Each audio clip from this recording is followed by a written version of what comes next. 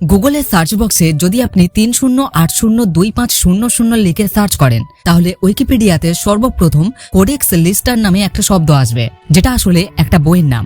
1994 সালে Bill Gates 30802500 অর্থাৎ $3,08,02,500 দিয়ে এই বইটা কিনেছিল, যেটা সেই সময় ভারতীয় টাকায় 250 কোটি টাকার সমান ছিল এবং যার এখন মূল্য 400 কোটি টাকার সমান। কিন্তু এই বইয়ের মধ্যে এমন কি আছে যে মাইক্রোসফটের ফাউন্ডার বিল গেটস এই বইটাকে কেনার জন্য কয়েকশো কোটি টাকা খরচ করেছিল। বিল গেটস 250 কোটি টাকা দিয়ে যে বইটা কিনেছিল সেই বইয়ের মধ্যে সায়েন্স, এডুকেশন এবং টেকনোলজি ভবিষ্যতে কেমন হবে সেটা লেখা আছে। আমরা এই সময় যে বিজ্ঞানের যুগে বসবাস করছি এই সময়টাকেও আজ থেকে 500 বছর আগে লিওনার্দো দা ভিঞ্চি তার এই বই কোডেক্স লিস্টারে আগেই লিখে দিয়েছিল। লিওনার্দো দা ভিঞ্চি সমস্ত বিষয়ের মাস্টার ছিলেন। এইরকম সমস্ত বিষয়ে জ্ঞানী মানুষকে পলিম্যাথ বলা হয়। দা ভিঞ্চি আজ থেকে 500 বছর আগে মানুষের শরীরের 240টা স্কেচ বানিয়েছিল, যে সময় কোনো রকমের এক্স-রে মেশিন ছিল না। এই স্কেচগুলোর সাথে এখনকার সময়ের স্কেচের 100% মিল রয়েছে। আসলে সে মানুষের শরীরের বিষয়ে জানার জন্য কবরস্থানে যেত, মাঠে করে শরীরকে বের করত এবং মানুষের শরীরের স্ট্রাকচার কিভাবে তৈরি হয়েছে সেটা ভালোভাবে দেখত। স্ক্রিনে যে স্কেচগুলোকে দেখতে পাচ্ছেন এগুলোকে দা ভিঞ্চি বানিয়েছে। বিখ্যাত সাউথ ইন্ডিয়ান সিনেমা বাহুবলীতে ভল্লাল দেবের এই যে রথটাকে দেখানো হয়েছে সেই রথের ডিজাইনও দা ভিঞ্চি আজ থেকে 500 বছর আগে তৈরি করেছিল। দা ভিঞ্চির কাছে কোনো কিছুকে কল্পনা করার অদ্ভুত শক্তি ছিল। দেখুন, এটা হলো ইটালির একটা মানচিত্র যাকে স্যাটেলাইট থেকে তোলা হয়েছে, আর এটা হলো ইটালিরই একটা শহরের ম্যাপ যাকে 1502 সালে দা ভিঞ্চি বানিয়েছে। সেই সময় স্যাটেলাইট ছিল না, গোটা শহরকে ঘুরে শুধুমাত্র কল্পনা করেই সেই ম্যাপটাকে তৈরি করেছিল, যাকে উপর থেকে এই রকম দেখতে লাগে। সেই সময় ড্রোন, এরোপ্লেন, উঁচু বিল্ডিং কিছুই ছিল না যেখান থেকে গোটা শহরকে দেখা যাবে, যার মানে হলো দা ভিঞ্চি প্রথম মানুষ যে একটা শহরকে এত উপর থেকে কল্পনা করেছিল। দা ভিঞ্চি 33 ব্যারেল অর্গানের ডিজাইন বানিয়েছিল। এখানে 33টা ছোট বন্দুককে একসাথে করে একটা বন্দুক তৈরি করা হয়, আর মাত্র একটা সুইচের সাহায্যেই 33টা বন্দুককে একসাথে ফায়ার করা যাবে। সেই সময়ের হিসেবে এটা অনেক উন্নত টেকনোলজি ছিল। দা ভিঞ্চি অনেক রকমের হাতিয়ার তৈরি করেছিল এবং রাজাদের চিঠি লিখে সেই হাতিয়ারগুলোর বিষয়ে জানাতো। এখনকার যুদ্ধে যে ট্যাঙ্ক ব্যবহার করা হয় সেটাও দা ভিঞ্চির ডিজাইন দেখেই তৈরি করা হয়েছে। আজ থেকে 500 বছর আগে দা ভিঞ্চির কাছে এমন একটা যুদ্ধের মেশিনের ডিজাইন ছিল যেটাকে কচ্ছপের মতো দেখতে, যার চারিদিকে তোপ লাগানো ছিল, যাকে যেদিকে ইচ্ছা ঘুরিয়ে হামলা করা যাবে। 1939 সালে সর্বপ্রথম হেলিকপ্টার আকাশে ওড়ে, কিন্তু 500 বছর আগেই দা ভিঞ্চি হেলিকপ্টার কিভাবে আকাশে উড়বে, হেলিকপ্টার কিভাবে কাজ করে এর পুরো ডিজাইন রেডি করে ফেলে।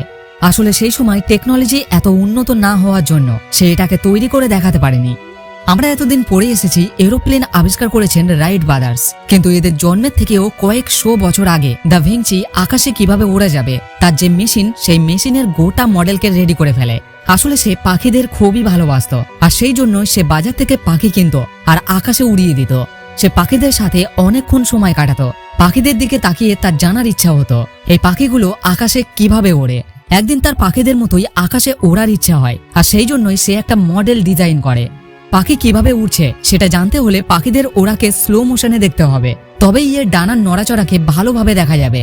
কিন্তু ভিঞ্চি এই বিষয়টাকে বোঝার জন্য একটা করে পাখি খাঁচা থেকে বের করত, আর তার ওড়ার সময় ডানার মুভমেন্টকে ভালোভাবে লক্ষ্য করত। ডানার প্রত্যেকটা মুভমেন্টকে এইভাবে দেখে সে খাতায় এঁকে নিত, আর এইভাবেই সে একটা ফ্লাইং মেশিন তৈরি করে নেয়। আর এটা হলো সেই ফ্লাইং মেশিনের ডিজাইন, এতে মানুষ বসার জায়গাও আছে। সেবাস্টিয়ান লিনরম্যান্ড, যাকে আধুনিক প্যারাশুটের ইনভেন্টর বলা হয়, 1783 সালে লিনরম্যান্ড একটা উঁচু বিল্ডিং এর উপর থেকে ঝাঁপ দিয়ে তার প্যারাশুটের সফল পরীক্ষা করেছিল।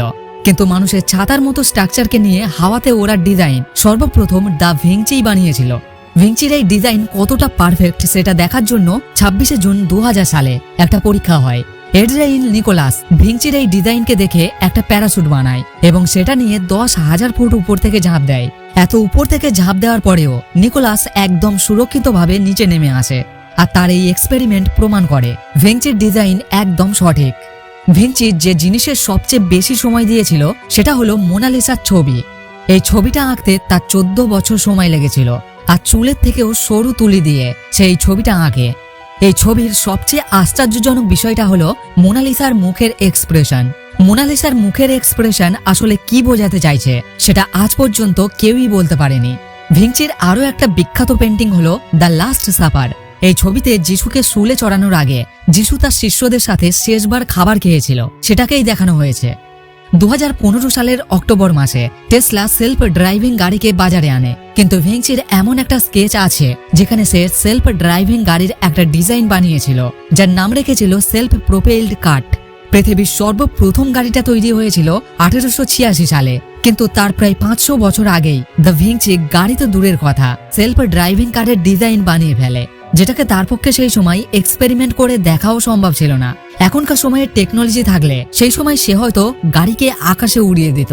এইসব খোঁজগুলো ছাড়াও এমন অনেক রহস্যময় জিনিস আছে, যেমন আকাশের রং নীল কেন, পাখিরা ঘন্টার পর ঘন্টা আকাশে কিভাবে উড়তে পারে। এই সমস্ত কিছুই কোডেক্স লিস্টার বইতে লেখা আছে, যাকে বিল গেটস 250 কোটি টাকায় কিনেছে, যার এই সময় মূল্য 400 কোটি টাকার সমান। লিওনার্দো দা ভিঞ্চি এত রকমের খোঁজ করেছে, এত রকমের ডিজাইন বানিয়েছে, এত রকমের পেন্টিং করেছে যে কিছু মানুষ মনে করে সে সায়েন্টিস্ট না পেন্টার ছিল, আবার কারো মতে সে আর্টিস্ট ছিল, আবার কেউ কেউ মনে করে সে আর্টিস্ট নয় সায়েন্টিস্ট ছিল। আর সেই জন্যই দা ভিঞ্চিকে পলিম্যাথ বলা হয়, যার মানে হলো সমস্ত বিষয়ে জ্ঞানী। তো আশা করছি আপনারা ভিডিও থেকে নতুন কিছু জানতে পেরেছেন। ভিডিও ভালো লাগলে একটা লাইক করবেন। ধন্যবাদ।